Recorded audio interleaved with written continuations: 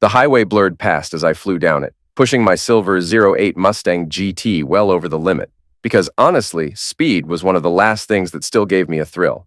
Then came the chirp, not from the car, I knew every sound this engine made, but from my phone lighting up in the cup holder. My ex-wife's face lit the screen. X, as in finalized, just 3 days ago. X, as in I wouldn't cross the street to spit on her if she were on fire. The call stopped, then rang again seconds later. With a frustrated sigh, I slowed down to 80 and picked up. "What the heck do you want, Carla?" "You already got half my cash in the house," she replied calmly. "I'm at the ER. Craig hit me. I need a place to stay." Craig, the guy she cheated on me with who torched our 8-year marriage. I snapped. "You chose Craig. His charm, his Johnson, whatever. Why are you calling me now?" She launched into her old excuse. "It was just closeness. I got curious after almost 10 years of monogamy. The first time sucked, but I gave him a second shot. You caught us and threw me out without letting me explain." "Explain? You moved him into my house the second your lawyer let you stay there." "I didn't want to be alone," she cried. "I've never lived by myself. Craig's friends trashed the place, there's no food, and I was hoping you could send next month's alimony early." "Absolutely not. You already drained $65K from my savings. No way you burned through that in 10 days. Well, Craig bought a custom motorcycle. I thought maybe we'd take trips like you and I used to, but he crashed it. Now I'm $8,000 in debt. The cops won't help. My parents and friends treat me like garbage.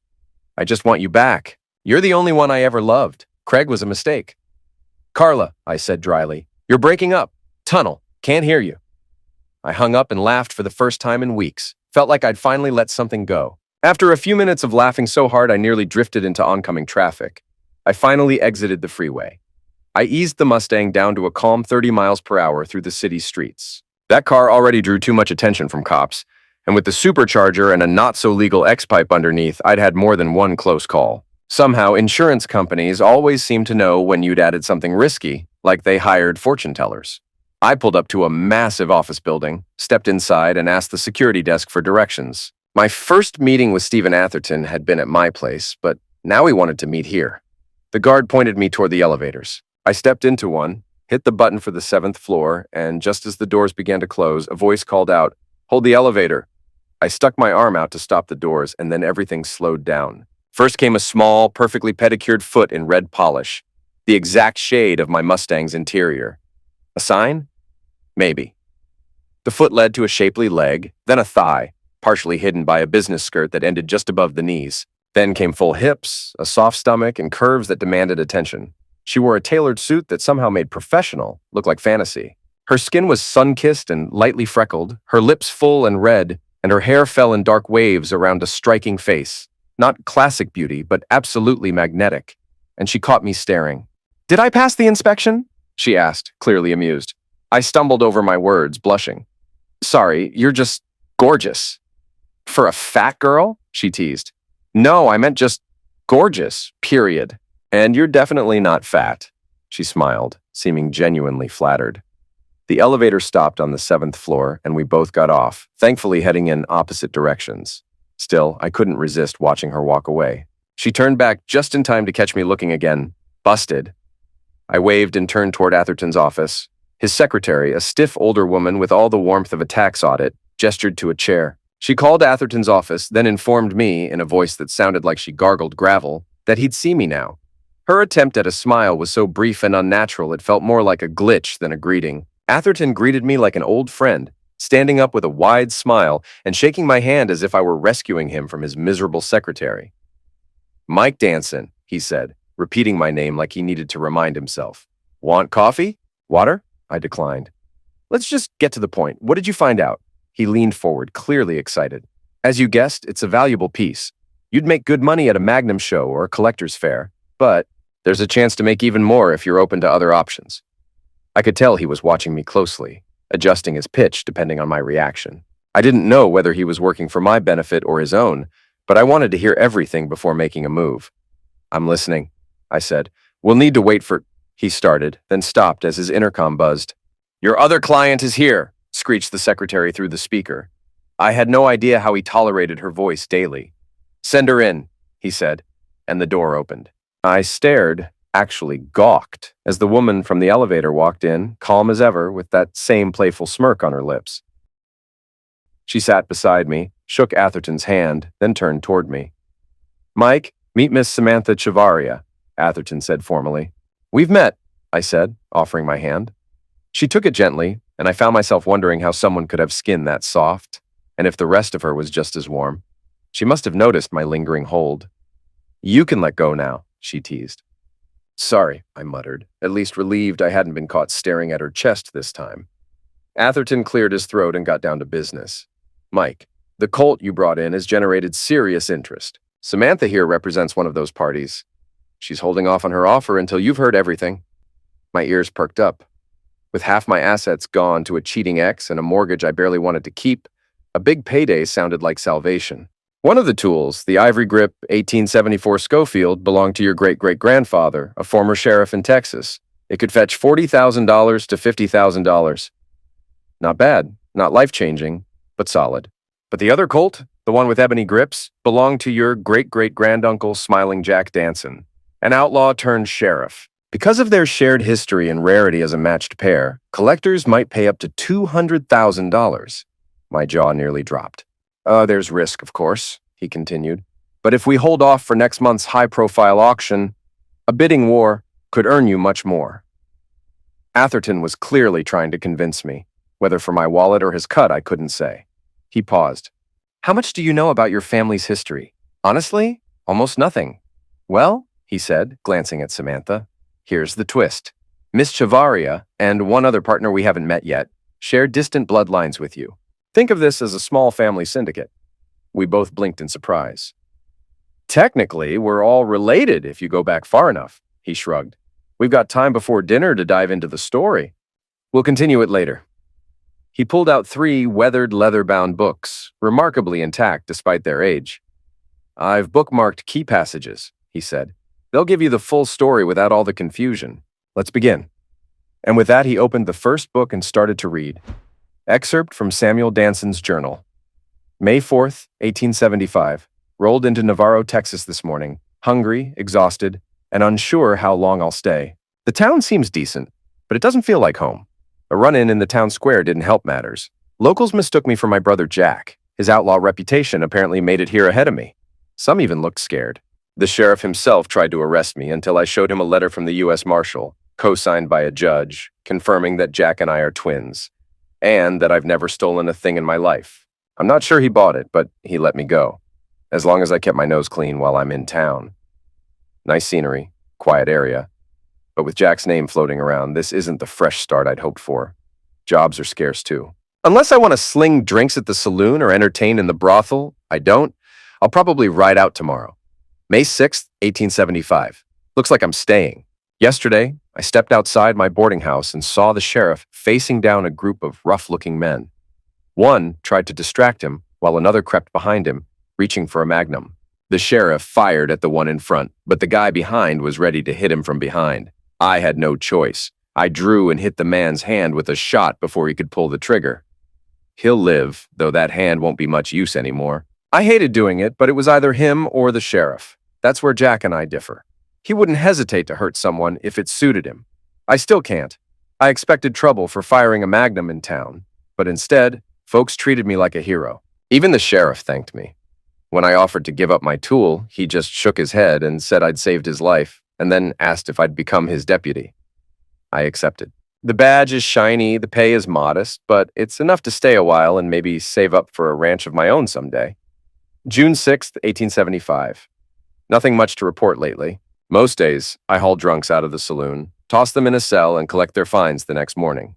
Some are regulars, using jail like cheap lodging. Something new. One of the women at the boarding house seems interested in me. A beautiful Mexican woman with long dark hair and warm brown eyes. I might feel something too, but after everything with Arabella, I'm hesitant. That said, I haven't thought about Arabella in weeks. Maybe I really am moving on. June 16th, 1875. Everything's different now. Part of my job includes greeting newcomers off the stage. Today, one of them was Miss Constance Farmwell, the new school teacher. She's 22, tall and slender, with blonde hair and blue eyes, the kind of woman you imagine marrying.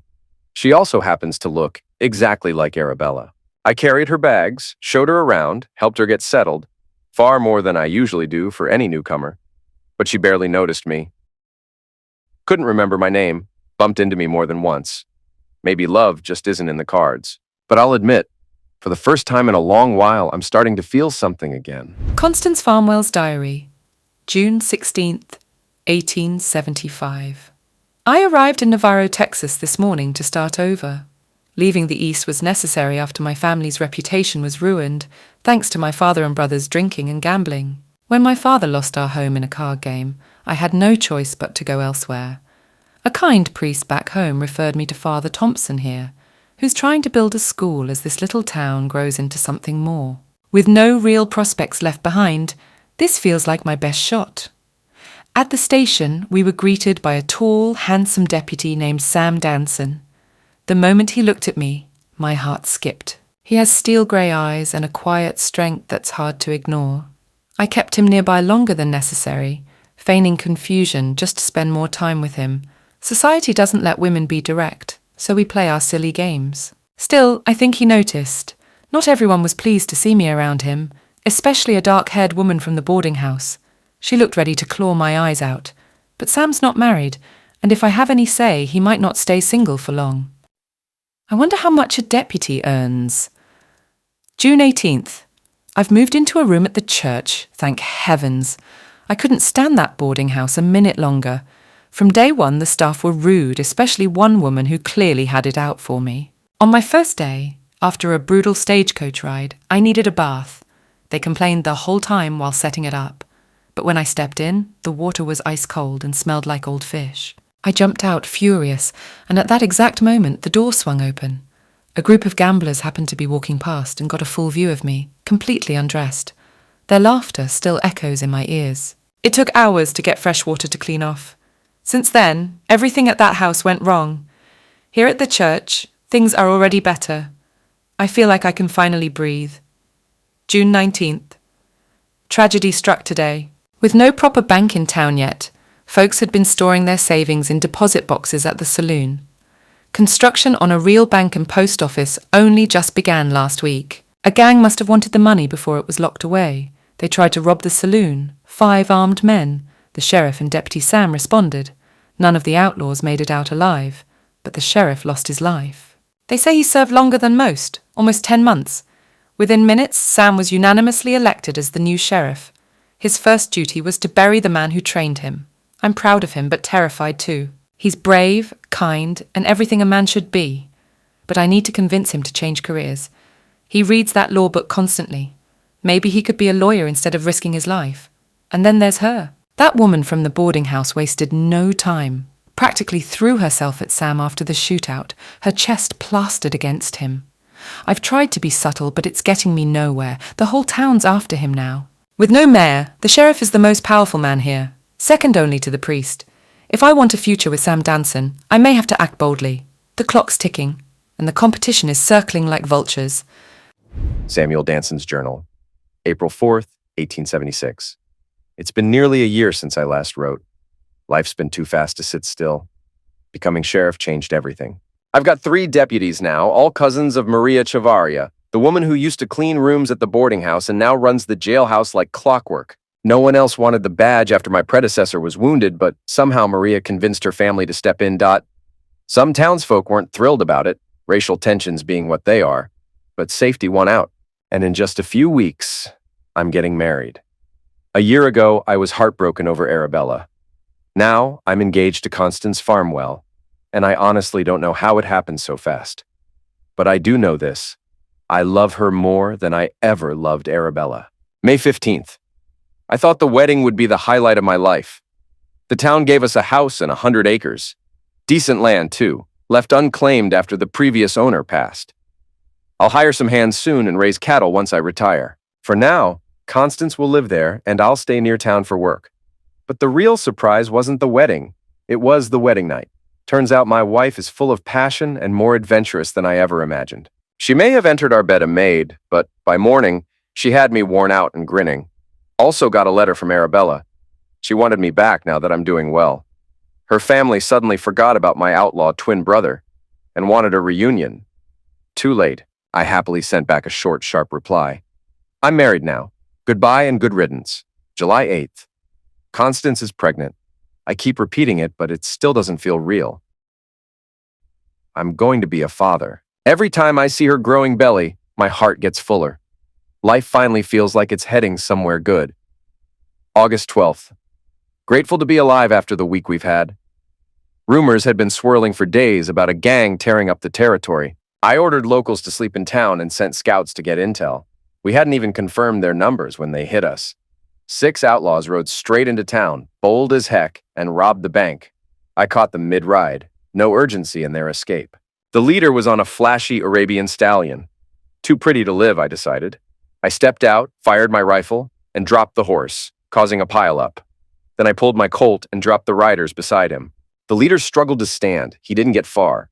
One precise hit brought it to an end. The rest drew their magnums, and more outlaws flooded into town, dragging 2 of my deputies behind them like trophies. I stared down 3 barrels and thought, this is it. I'd never see my child born. Then came a voice from behind the gang. Shooting the lawman isn't smart, Bart. I'd drop you before his body hit the dirt. We came here to stir trouble, not start a war. Put the money back. The moment changed everything. I still don't know who that man was, but he bought me a second chance, and I intend to make it count.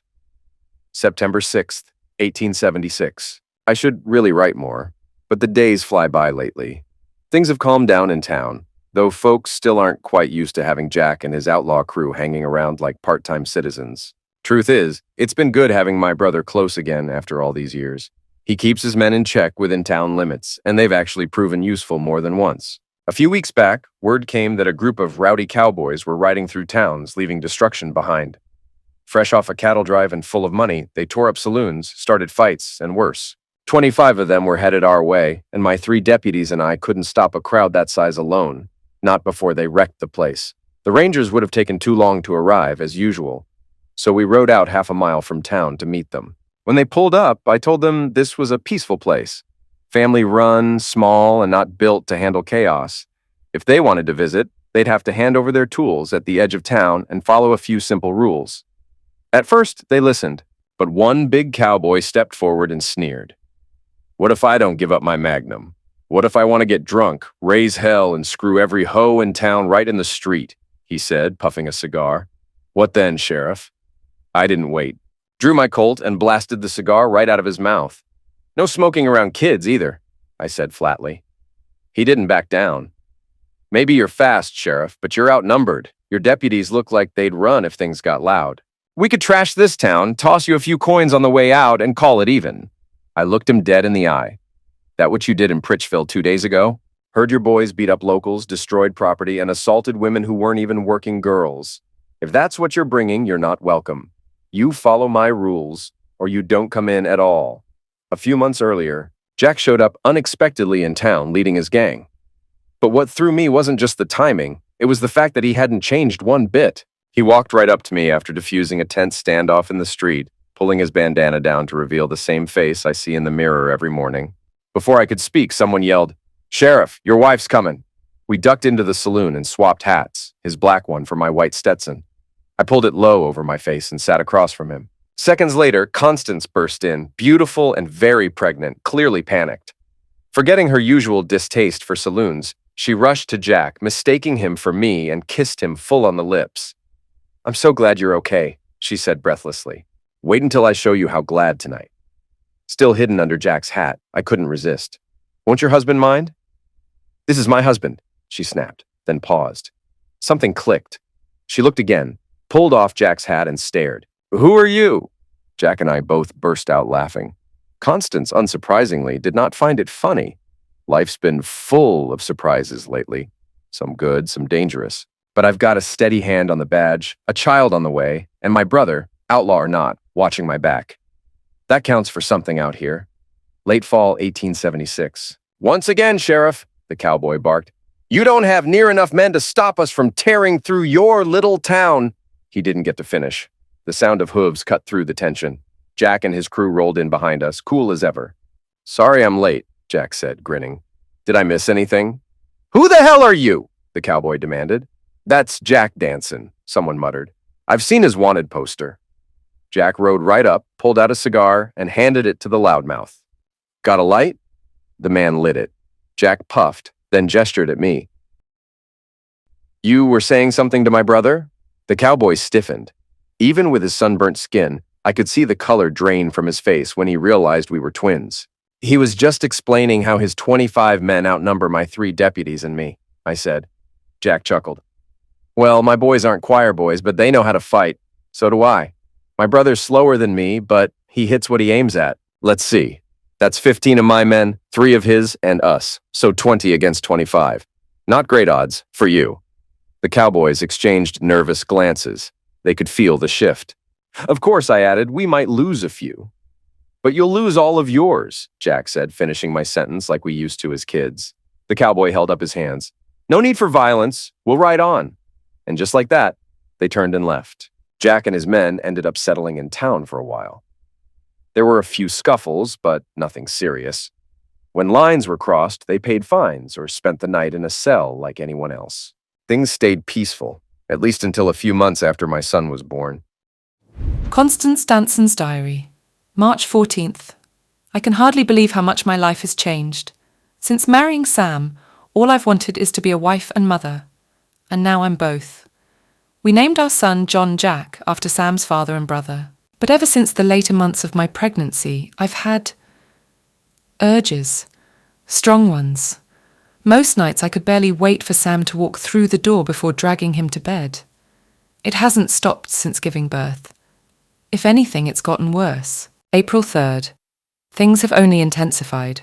As soon as I get the baby to sleep, I want Sam again. Last night, we barely slept. I know he needs rest for his work, but I can't seem to get enough of him. I was raised to be modest and God-fearing, and I blame Sam for waking something in me I didn't know existed. I feel guilty and insatiable.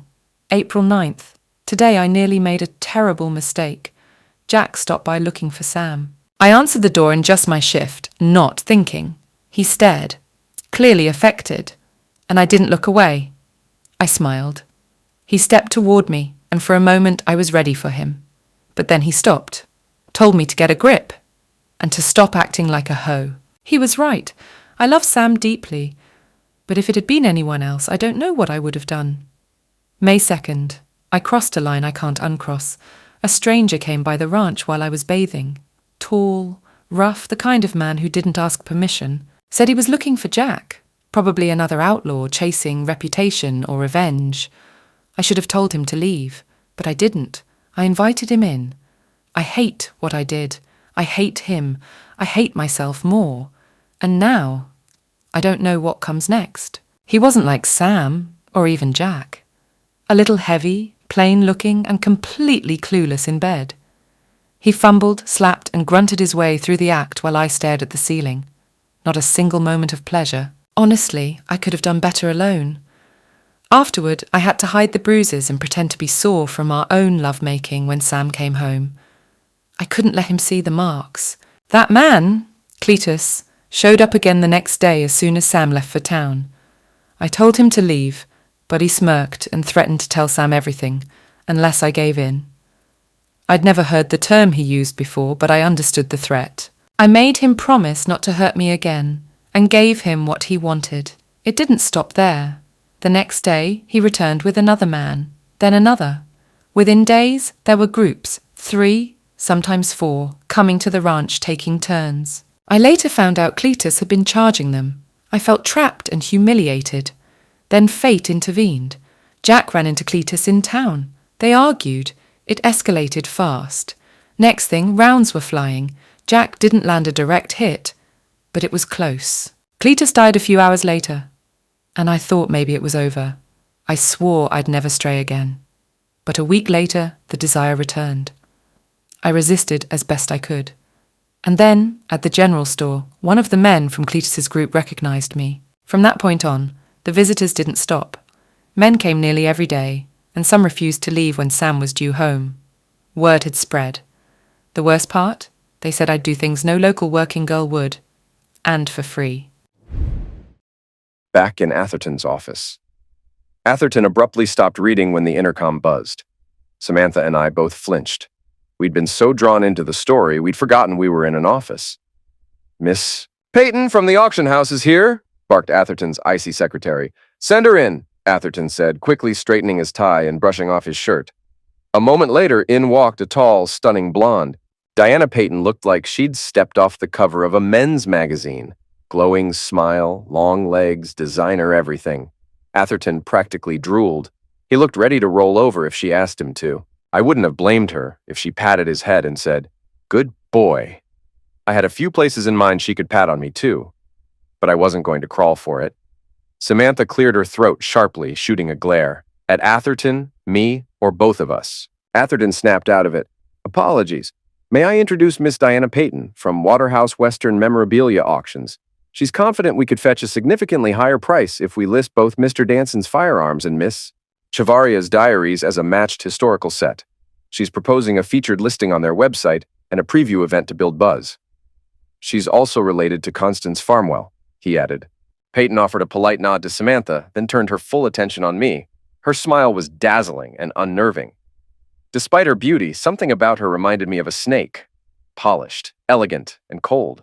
Her smile was too wide, too perfect, like she had more than a full set of teeth. She even looked a little like my ex-wife.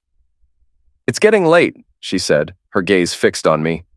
I'd love to take you all to dinner so we can go over my proposal in more detail.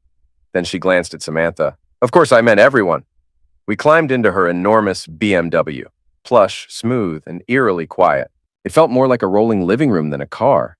But the comfort made me uneasy. I missed feeling the road beneath me. She guided Atherton and Samantha into the back seat and shut the door before I could follow. Instead, I was left up front with her. Midway through the drive, she pulled a high school move, resting her hand on the gear shifter, then casually dropping it onto mine. She gave me a knowing smile. I gave her one back, then yawned and used the same hand to cover my mouth. Game recognized game. Somehow, Atherton ended up seated beside Samantha and I got stuck next to Miss Peyton. Again. To top it off, I was facing Atherton directly, and the glare he was throwing my way could have burned through glass. He looked like I'd stolen his date. Samantha didn't seem thrilled either. Miss Peyton, though, she was glowing, smiling like a lioness who'd cornered her prey. As we ate, she laid out her pitch. She'd start promoting the auction items immediately. Photos, a feature article in collector newsletters, online campaigns. With the buzz she planned to generate, she was confident we'd attract serious bidders and make top dollar. It all sounded good, except her foot was pressed firmly against my leg under the table, and not in a subtle way. I tried to shift away, but space was tight. Meanwhile, my body started responding like a traitor. Then Samantha dropped her fork and leaned down to retrieve it, right as Miss Peyton's leg made another deliberate move. When Samantha sat back up, she shot daggers at me. "Miss Peyton?" She just smiled, completely unfazed. Right then, my phone rang.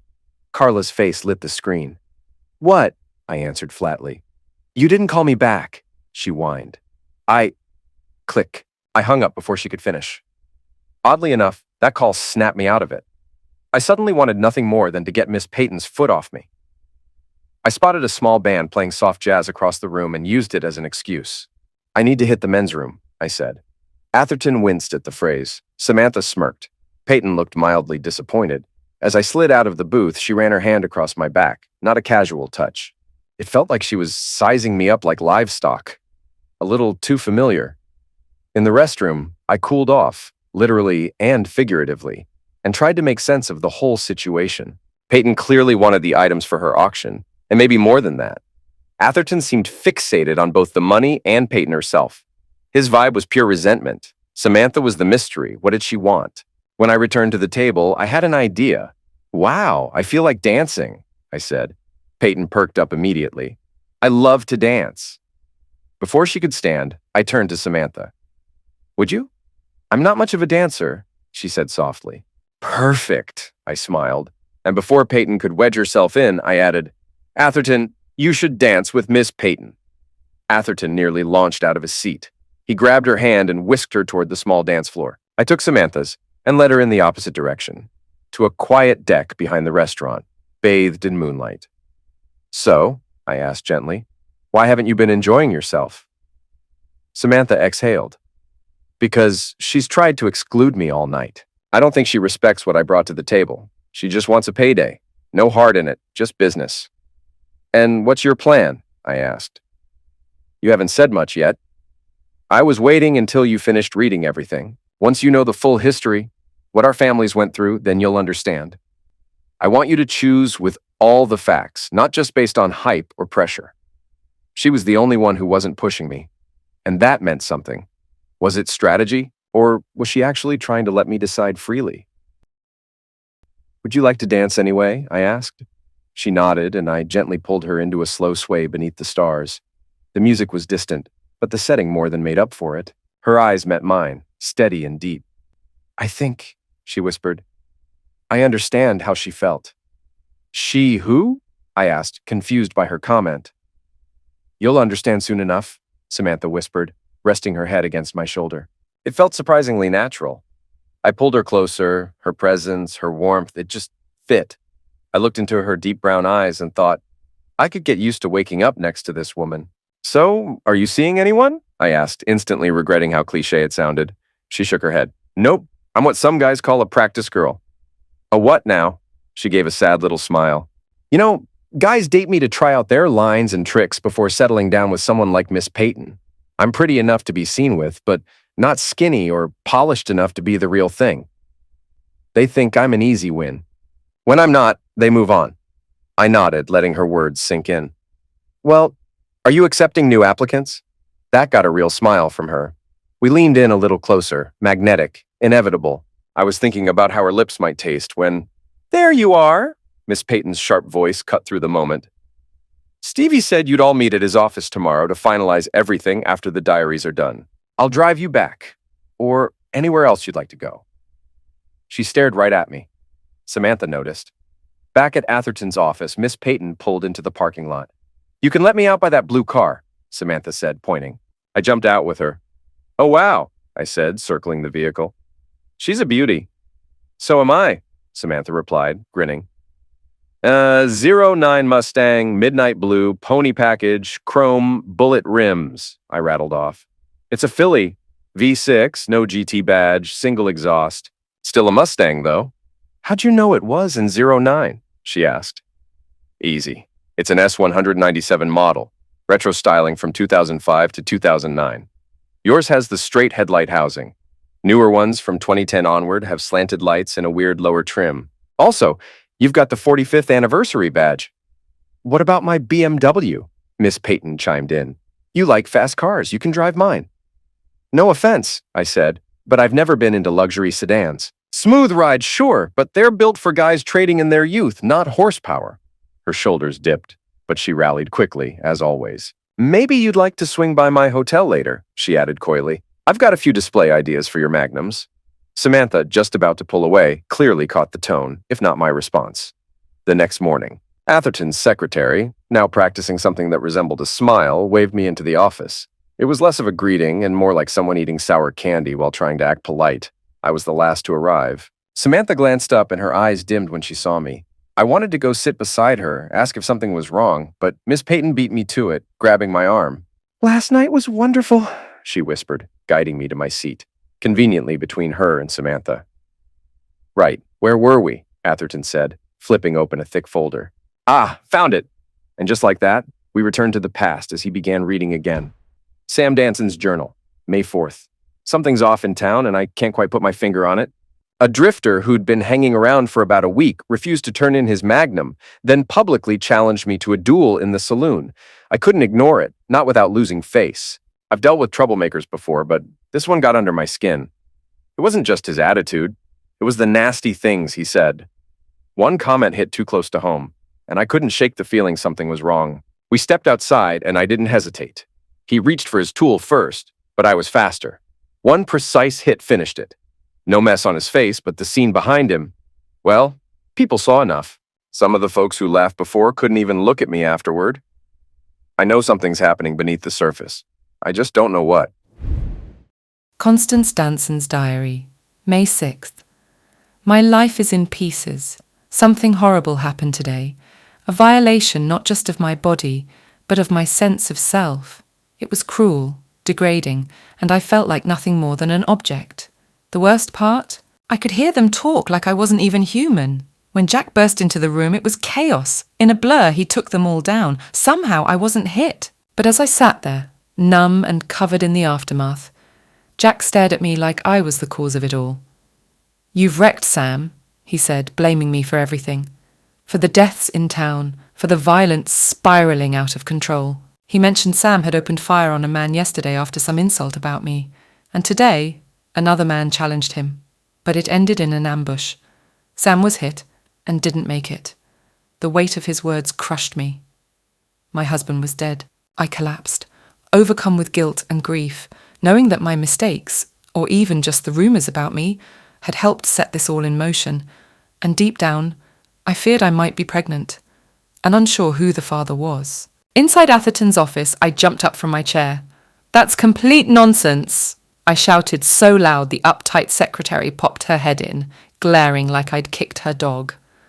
"My great-great-grandfather didn't die like that," I snapped. "He passed peacefully in bed at 75. Samantha gave me the same amused smirk she had when she caught me checking her out the first time. I smiled back. It was worth the embarrassment, just to see her grin. But the moment vanished when Miss Peyton reached over to pat my arm. I had no clue why she kept acting like we were close.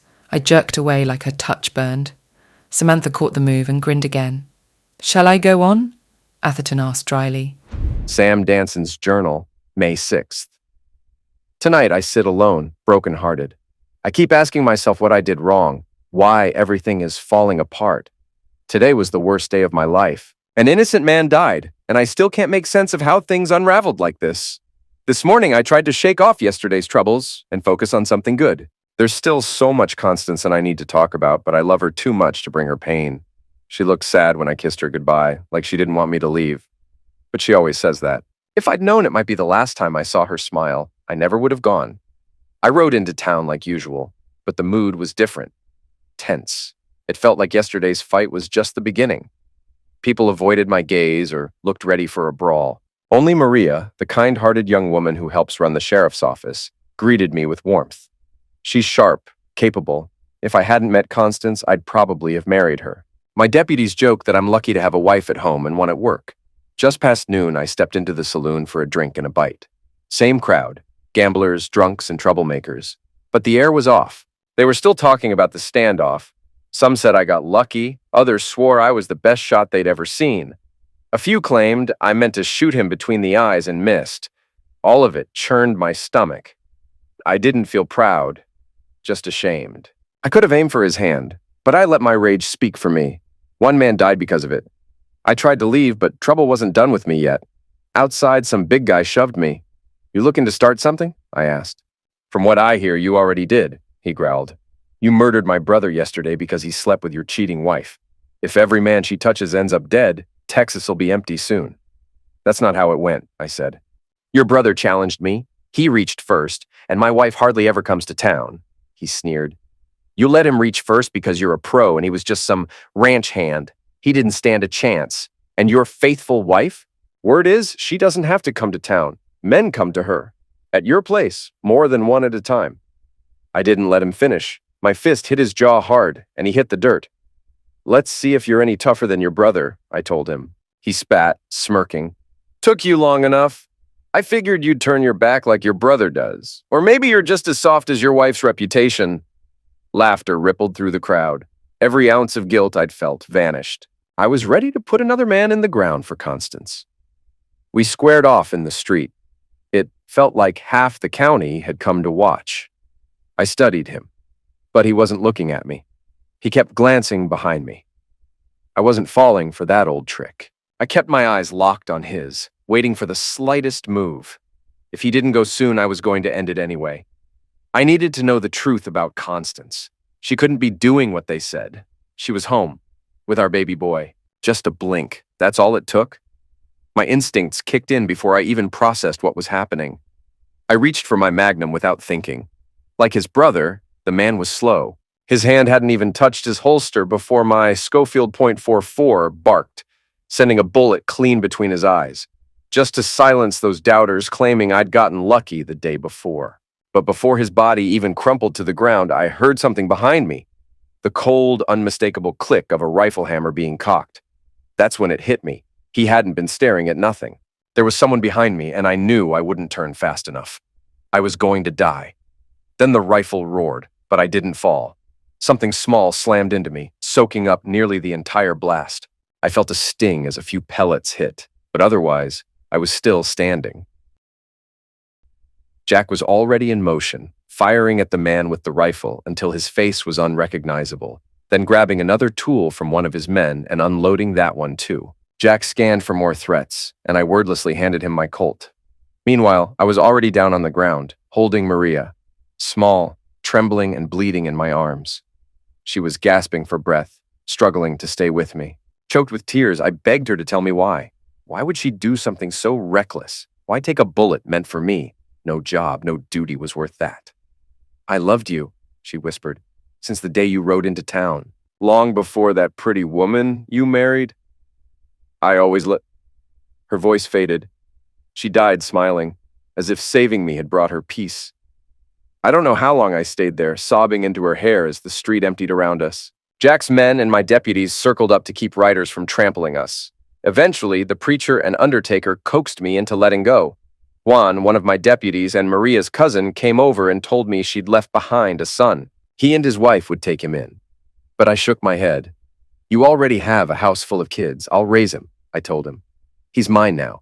You and your wife can visit any time." Someone nearby muttered something ignorant. Just loud enough. "But he's Mexican. That ain't right for—" I didn't let him finish. I took him down on the spot. And I never once regretted it. I've regretted both conflicts this week. Taking out those brothers wasn't necessary. I let my emotions lead. But that hateful man? That was justice. Thanks to Maria, I slept just fine after that one. "There are no Mexicans in this town," I told the crowd. "No whites, no blacks, no Chinese, just people. From now on, everyone here is equal. Anybody got a problem with that?" Nobody said a word. Maybe they pitied me. Maybe they saw how broken I was. Maybe they knew I'd had enough. I looked for Jack, but he'd vanished. I figured I'd find him later. I had one more task, Maria's funeral. Juan came with me briefly, but got called away. I picked the flowers, paid for her casket, even chose what she'd wear. The preacher looked like he wanted to argue when I asked for the service to be held during Sunday Mass, but one glance at my hand hovering near my holster, and he changed his mind. By the time I left, night had fallen. I rode home, dreading the conversation I knew I had to have with Constance. No more silence between us, no matter how painful the truth might be. But I wasn't prepared for what I found. I opened the front door, and there was Carmen, Juan's wife, rocking my baby boy. Another child stood nearby, maybe 4 years old. He had Maria's eyes. I didn't need to ask who he was. Carmen didn't speak much English, but she handed me a torn page from Constance's journal. I recognized her handwriting instantly. "Dearest Sam, there's no easy way to say this. I've broken your trust and failed as a wife and mother. I love you more than life, but something changed in me after our son was born. Something dark I couldn't control. By the time I realized what I'd become, it was too late. I'm going to a convent, hoping to become someone worthy of you again. I release you from your vows. Please find someone who can give you the life I couldn't. Our son deserves a mother, and you deserve peace. Don't hate me. I've always loved you. I still do. I wasn't evil, only weak. Maybe solitude and penance will cleanse my soul. Forever yours, Constance." The paper fell from my hand as I broke down again. I wept for the 2 men I'd ended, men whose cruel words turned out to be true. I wept for the man Jack took out because of Constance's lies. I wept for 2 boys who would grow up without mothers. But more than anything, I cried for Maria, the woman who gave her life for mine without ever asking for a thing in return. Constance Danson's journal, June 16th. This morning I woke up shackled to a bed. For the first time in weeks, my mind feels clear. It's the first time I've been fully aware since Jack forced me to write that letter to Sam, the one claiming I'd gone off to a convent. Truthfully, I never wanted to be separated from Sam or our child. My plan had been simple. The 3 of us would leave everything behind and start fresh, somewhere new. Now that I've fought off those uncontrollable urges, I'm fine. I've changed. I no longer crave attention or intimacy from anyone but my husband. I thought I was healed, but Jack, ever the overbearing brother, clearly doesn't agree. I have no clue where I've been taken. I was sedated through the entire journey. They dosed my food to keep me compliant. At least it wasn't the bumpy, miserable stagecoach ride I'd feared. June 17th. I was wrong. I'm not in a convent. I'm in a nightmare. They don't chain people to beds in holy places. Jack didn't send me here to be redeemed. This is punishment, a twisted payback for hurting Sam. He sold me to a brothel in Mexico. The men here treat me like a rare novelty. Blonde hair, blue eyes. Yesterday they paraded through my room, one after another, until I blacked out. The madam told me I'd work until she recovers what she paid for me. Only then would I be allowed to leave. This is worse than I ever imagined. I had a good life, a family, a future, and I threw it away for lust. Atherton closed the journal and looked around the room. I imagine you're wondering how the rest of it played out, he said. Well, it's a bit of an unspoken piece of American history. Samuel became mayor of the town. Jack followed him as sheriff. Constance never made it out of that brothel. She contracted syphilis and died, never seeing her husband or son again. Jack never told Sam the truth, only that she had passed. Let's move on to the actual deal, said Miss Peyton, running her hand down my arm with fake enthusiasm. Let's not, I said firmly, turning to Samantha. I'd rather hear your idea. Samantha looked nervous. She licked her lips before speaking, those same full lips I hadn't stopped thinking about. You've probably figured it out, she said softly. Maria was one of my ancestors. You're descended from the Dansons.